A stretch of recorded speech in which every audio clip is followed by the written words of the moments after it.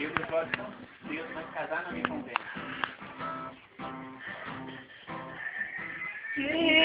Se ela para o jovem, eu não desprezo o amor, porque a graça divina pelo mundo Deus deixou.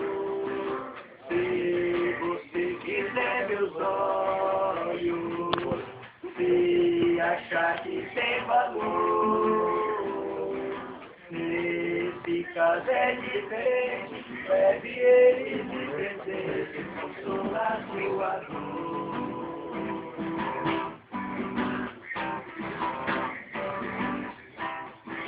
Veio ela arranca os olhos, pensou que estava fingindo, e virou-se para ele, foi entregando um sorriso.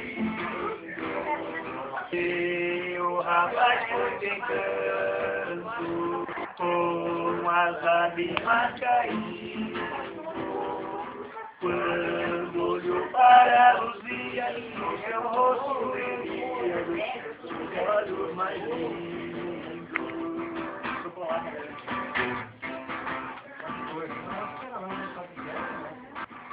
Foi do joelho no chão, disse o jovem apaixonado, perdoe-me Santa Luzia, eu pensei que estou errado. Peço pra nosso Senhor perdoar os meus pecados. Perdoe-me Santa Bondade, sou eu cobição a rosa que era do reino sagrado.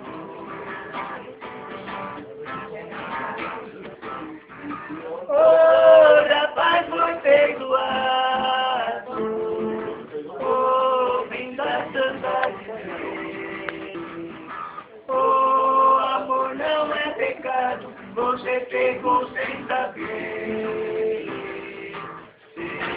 Este dia não há tempo, não posso lhe pertencer, mas tenha fé em Jesus, que cada minha luz pra sempre me proteger.